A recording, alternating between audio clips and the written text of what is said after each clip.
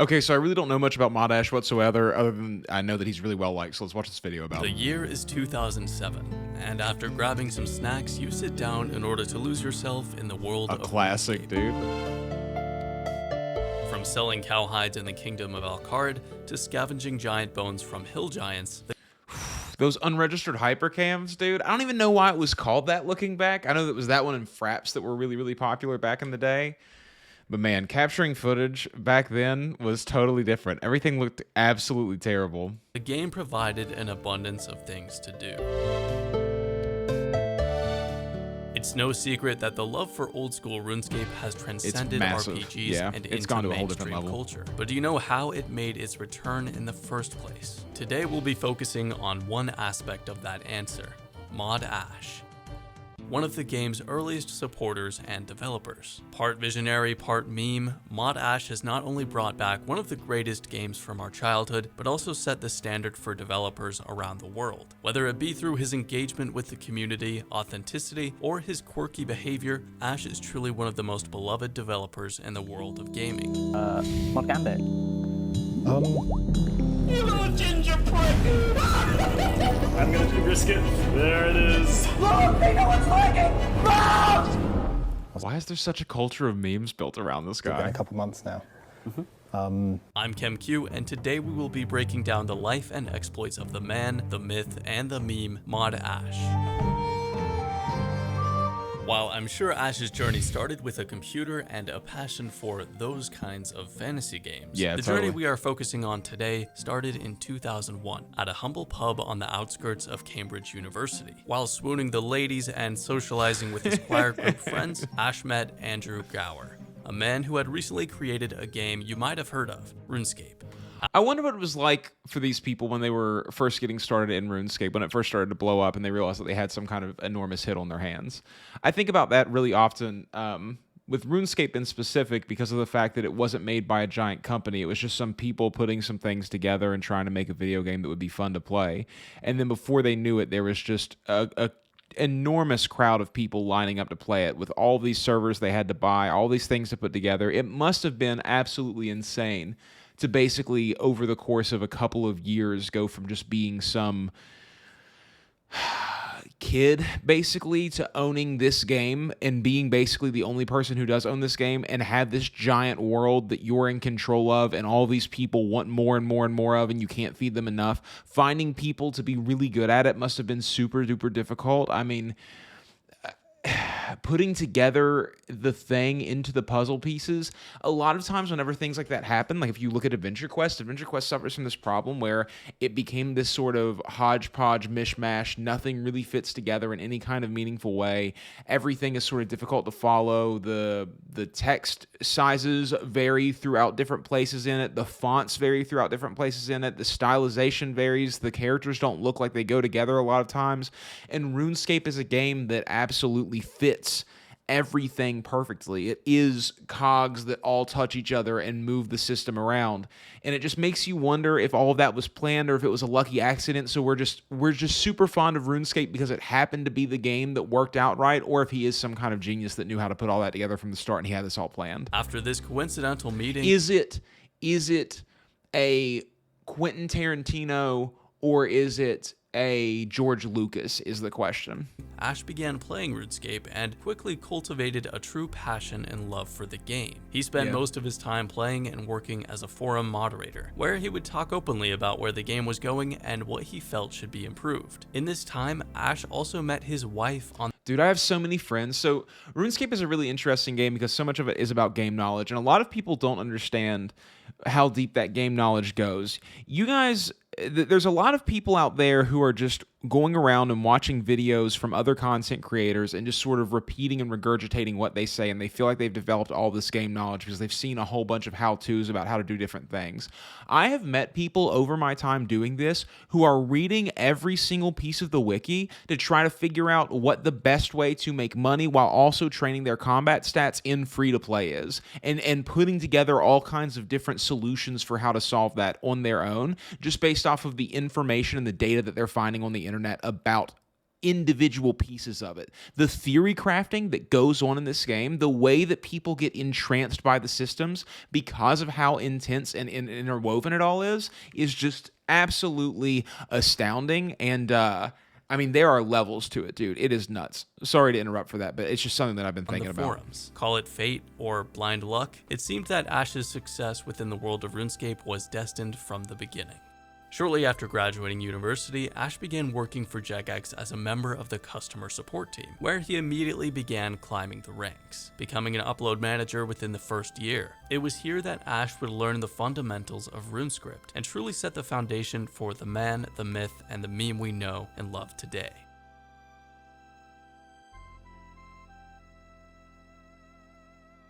One of the first projects Ash worked on as a content developer was the Wise Old Man, one of the most frequently recurring and loved characters in RuneScape, influencing various quests and in-game lore.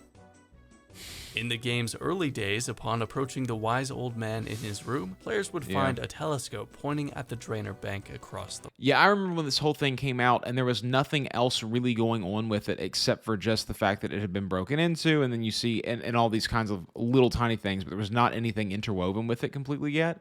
And it was such an odd thing because you would go and interact and then it just didn't go anywhere, and you just had this sort of feeling of, what is this supposed to be about? And I just remember having no idea what was going to happen with it and being so interested. Paul Gower, one of the game's founders, looked at the telescope and questioned why it was aiming at the bank. In response to this, Ash created a backstory around the wizard planning to rob the Bank of Draenor, which is now a staple of the game's lore and history. While working on this project, Ash realized that no matter what they do in the game, there must always be a preemptive reason, a methodology that helped pave the way for his extreme attention to detail and love for the most minute of in-game mechanics.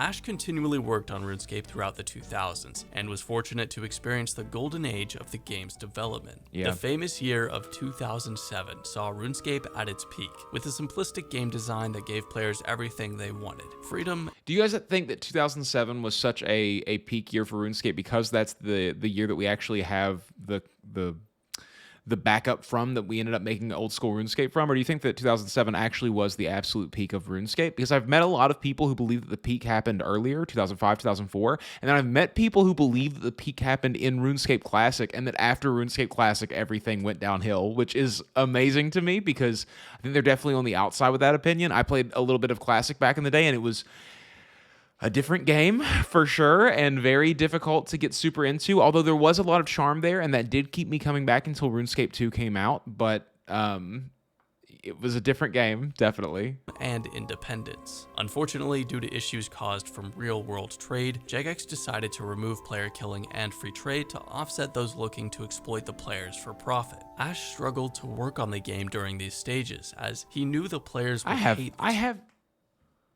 have that same tapestry. Not in here, but I own that somewhere.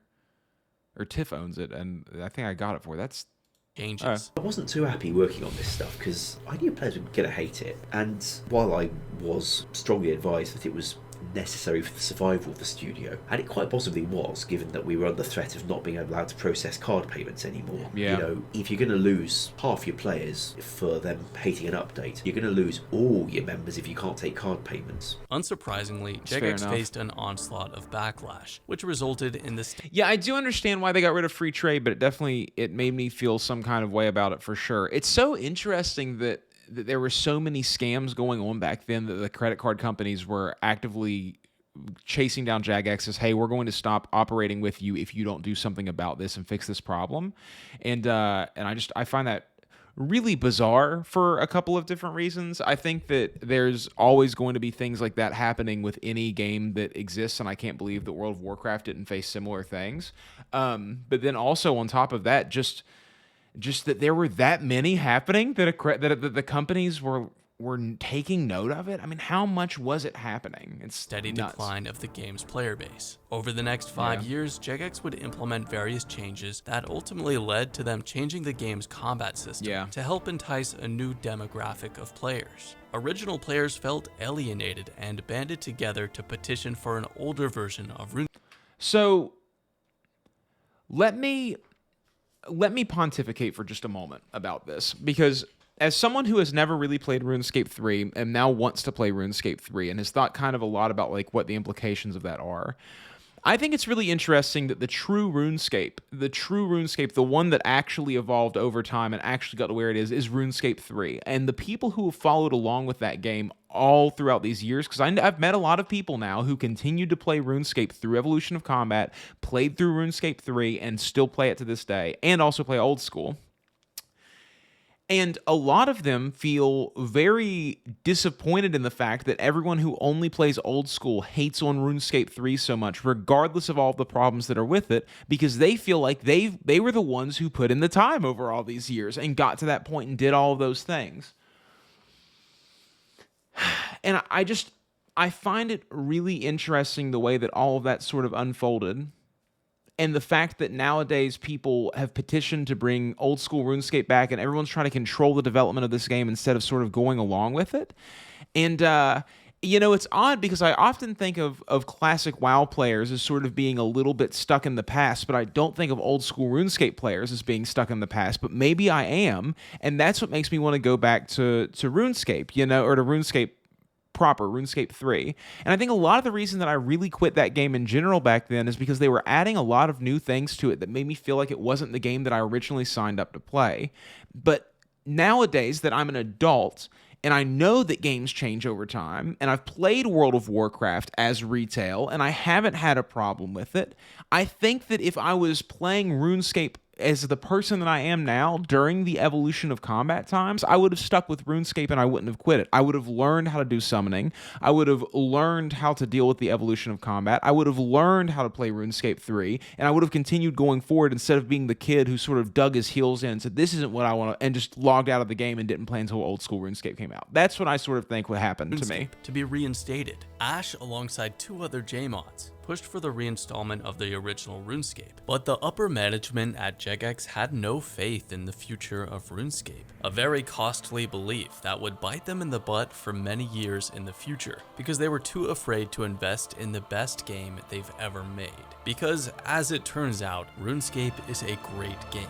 Yeah. And Ash knew it. So regardless of receiving an extremely small budget, 3 jagex moderators persisted and kickstarted old school RuneScape in 2013. Ash's passion for the game, attention to detail, and influence on bringing back old school RuneScape made him an excellent developer and a figurehead for the RuneScape brand. However, what truly propelled him into the heights of fandom we see today can be largely attributed to his engagement with the community, his authenticity, and last but not least, his quirky behavior.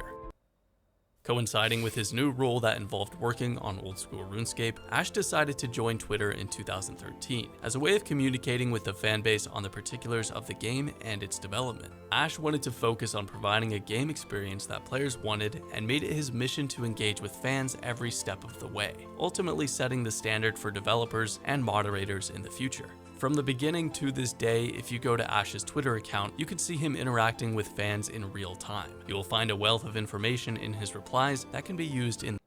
I have to say, as someone who's just recently started running a clan and working on it, the clan board is absolutely top tier. Good work to Mod Ash for getting the permissions all put together. Absolutely good job. Just top tier. Quality banter as well, and alongside that, a few brutal comebacks. Even explicit remarks such as the infamous "RuneScape isn't that type of fantasy game." Ash has expressed that while he genuinely enjoys interacting with the fans, it's also important that as developers, they should remain plugged into the fanbase's opinion rather than rely on information 100%. from a data-based report. As of 2022, Ash has published... You learn a lot from the nuance of what's going on inside of things by actually reading the comments and sort of getting a feel for people's vibe. Data...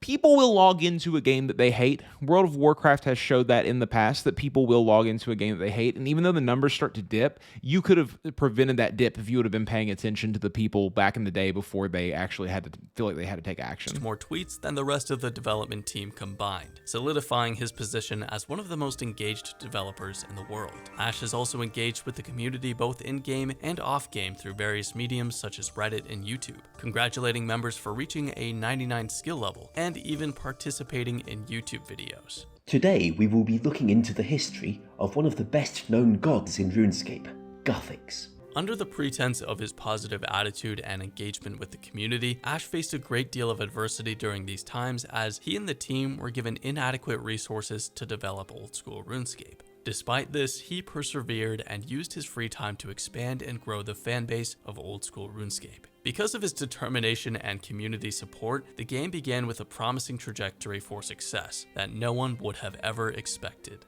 Him and the rest of the community had faith in the game, even when the upper management did not. The years passed, and Ash's notoriety grew with old school RuneScape's rising success. Fans from all over the world, both old and new, came in droves to enjoy the simplistic nature of the 2007 reiteration. The success of the game warranted a live panel of some of the game's earliest developers discussing their time at jagex, which was to be broadcasted and uploaded to YouTube. He sticks out so much compared to everyone else. At jagex, which was to be I mean, if you look at this, everyone else here is literally in shadow, and his face pops out more than absolutely everybody else's on this couch. It's really interesting. So far during this video, not that I have any problem with Mod Ash being famous, I feel like he doesn't deserve his fame. He obviously did a lot to work on the game and has been really instrumental in being kind to the community and sort of pushing that whole vibe from the get-go. But I don't really see anything about him that makes me understand quite the level of love that he gets, where people call him the best developer in the world and all of these things. He definitely did a lot of work that was really cool and important and all those things, and he had some hits that we have good memories of. But I find it kind of surprising that he became as popular as he did, just because he was just sort of hanging out and doing his job, But good for him, dude. Winners win, broadcasted and uploaded to YouTube. The panel featured a variety of developers such as Ian Gower and Ash to reminisce over the game's history and how far they have come, with the talk show format being used for Q&As regularly thereafter. What made these discussions so unique, however, was the quirky behavior that Ash exhibited. At this point, the fanbase was familiar with Ash through his Twitter account. However, they hadn't seen him on the screen to this degree before. What followed was a variety of strange looks, quirky actions, and of course outrageous stunts that made even the fellow members of his team question his sanity. Ash was not only willing to interact with his fanbase through online mediums, but also to be authentic in the camera's spotlight. He wasn't trying to be something he wasn't. In his heart, he was just a big kid who wanted to make and play a game that he truly loved. However, while this helped grow Ash's fandom, it wasn't until the Deadman tournament controversy that Ash would become hugely admired by the RuneScape I have community. heard about this, yeah. Deadman events are massive tournaments that anybody can play in, but only the best player will survive to the very end and win jagex's. It's all coming together now, guys. I'm starting to be able to follow all these threads to a single point. I know who Wooks is. I know who Mod Ash is now. I know what happens in this Deadman tournament. It all Ash converges. began working on the programming for the Deadman Mode tournament, which involved 2,000 players duking it out as deadly fog slowly closed in on the encompassing area. During the game, a player named Wooks realized that the fog only dealt 15 damage. He exploited a loophole that allowed him to unnote his food at this NPC, and then he would continuously use that food to heal up and not die from the fog. While Wooks was chomping on some delicious food, all of the remaining players began to perish. And through this loophole, he became the last man standing. jagex ultimately decided to overrule the decision, disqualifying Wooks and giving the winnings to another player. The winner of the $10,000 is Mr. Lololololol. Congratulations, mate. Congratulations to him, Wooks. Interesting strategy that Wooks used, but unfortunately, it was not allowed. But this caused a great deal of controversy. Not allowed. Not defined ahead of time as being not allowed. No rule that he broke or anything. Just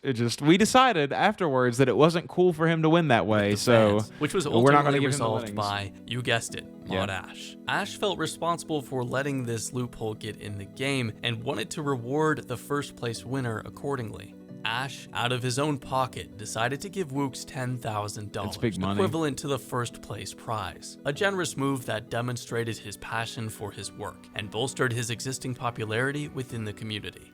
At this point, Ash had solidified himself as one of the most popular developers in the world. One only needs to go to YouTube videos or Reddit to see the fandom's opinions, with users making comments as he is. Let's read that comment real quick. He wasn't just a mod for old school. He developed a lot of the early RS stuff, so he's basically trying to keep the magic he developed over a decade ago. I get that. He was definitely I get that. I get that. He had this sort of sense of what was really special in the game when everybody was sort of disagreeing with what was really special in the game. I could see how that would make him very popular. YouTube videos or Reddit to see the fandom's opinions, with users making comments as, "He is the pure essence of RuneScape. Ash is the biggest legend I've ever laid my eyes on. And Ash is a god of..." He's their self-insert. There's this interesting thing. So if you spend a lot of time sort of getting to know the communities of all these different games, you'll see that they all have a very different sort of style and outlook and opinion and feeling about everything. The Guild Wars 2 people seem to be very kind and care a lot about player enjoyment of the game and taking breaks when you need to and not taking it too seriously because it's just a game and games should be fun, that sort of vibe. RuneScape players are hyper fixated, a little nerdy, love to be goal-oriented, love for everything to work together. They have this really specific idea of what the game is and what it's about, and it's sort of universal, but also sort of individualistic because everybody has their own little tiny thing that they really, really care about, but they really feel like it should be protected and saved. And I feel like Mod Ash is sort of the personal insert for people into the development team. All these guys with the cool haircuts and the real trim bodies and everything, those guys don't really work for the personal insert because they don't really love the game. They're just sort of working a job and trying to make it the best money printing machine that it could possibly be.